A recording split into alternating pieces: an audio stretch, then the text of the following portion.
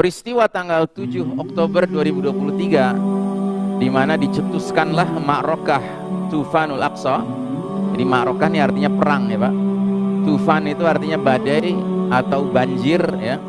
Al-Aqsa ini dilancarkan pada tanggal 7 Oktober 2023 bukan tanpa sebab ya. Dan sayangnya justru yang menjadi sebab utamanya itu tidak terlalu tersiar beritanya.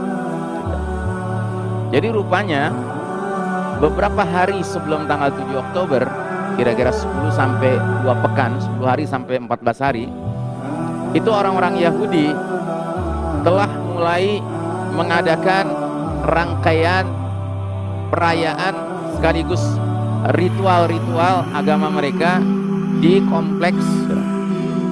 Nah, dalam hal ini ketika mereka meniupkan trompet, ketika mereka meniupkan trompet itu di Masjidil Aqsa, sama saja mereka sedang menyatakan bahwa Masjidil Aqsa ini sudah menjadi bagian dari milik Yahudi. Begitu. Dan ternyata ritual itu tidak saja dalam bentuk meniup trompet, tetapi juga nyanyi-nyanyi, berisiklah singkat cerita. Dan ini berlangsung hari demi hari demi hari ya. Sehingga kaum muslimin yang sholat di Masjidil Aqsa itu jelas terganggu ya. Nah, tapi karena bagi kita umat Islam, Nabi Sulaiman adalah seorang nabiullah dari sekian nabi-nabi Allah lainnya yang tetap mengajarkan ajaran Islam ya. Sehingga nggak ada ceritanya Nabi Sulaiman itu pernah mendirikan kuil.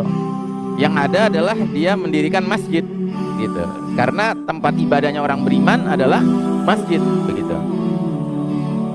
Nah, jadi Yahudi-Yahudi ini sudah sedemikian berbulat tekad bahwa tanggal 8 Oktober mereka akan sembelih sapi merah, sekaligus itu pertanda awal mula kuil Solomon mau dibangun. Dan itu berarti apa? Dalam waktu dekat mereka akan merencanakan penghancuran Masjidil Aqsa ya, untuk mendirikan ya kuil Solomon ini ya.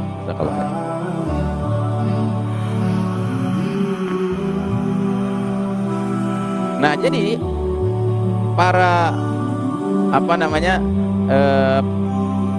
pemantau dari Hamas ini, mereka tahu rencana ini, sehingga akhirnya mereka melakukan satu langkah preemptif, istilahnya langkah mendahului ya, dengan melakukan serangan yang sifatnya mendadak tanggal 7 Oktober itu. Dan memang luar biasa serangan itu, sedemikian mengagetkannya sampai-sampai petinggi Israel sendiri mengumumkan bahwa ini serangan mirip seperti serangan mendadak yang terjadi tahun 1973, 50 tahun yang lalu. Padahal 50 tahun yang lalu yang menyerang itu dua negara Pak, negara Mesir dan negara Suriah sekaligus, dua angkatan bersenjata, dua negara Arab.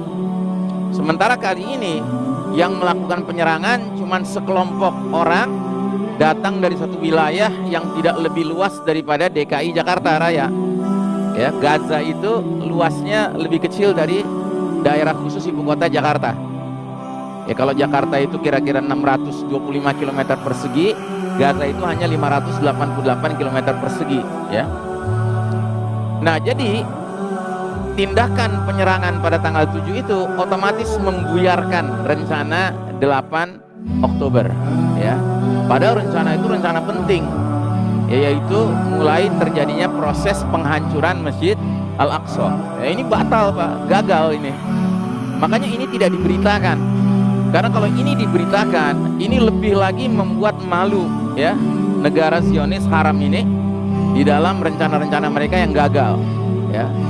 Dan ternyata juga alhamdulillah serangan tanggal 7 Oktober itu menyebabkan gagalnya juga rencana lain. Apa itu? Salah satunya adalah rencana normalisasi hubungan antara negara haram Zionis Israel dengan kerajaan Arab Saudi. Itu sebenarnya direncanakan bulan Oktober ini juga Pak. Terjadi penandatanganan kerjasama bahwa kita sudah normal hubungannya antara Saudi dengan Israel. Begitu. Ini gagal Pak semua ini. Makanya kerugian yang mereka rasakan itu besar sekali.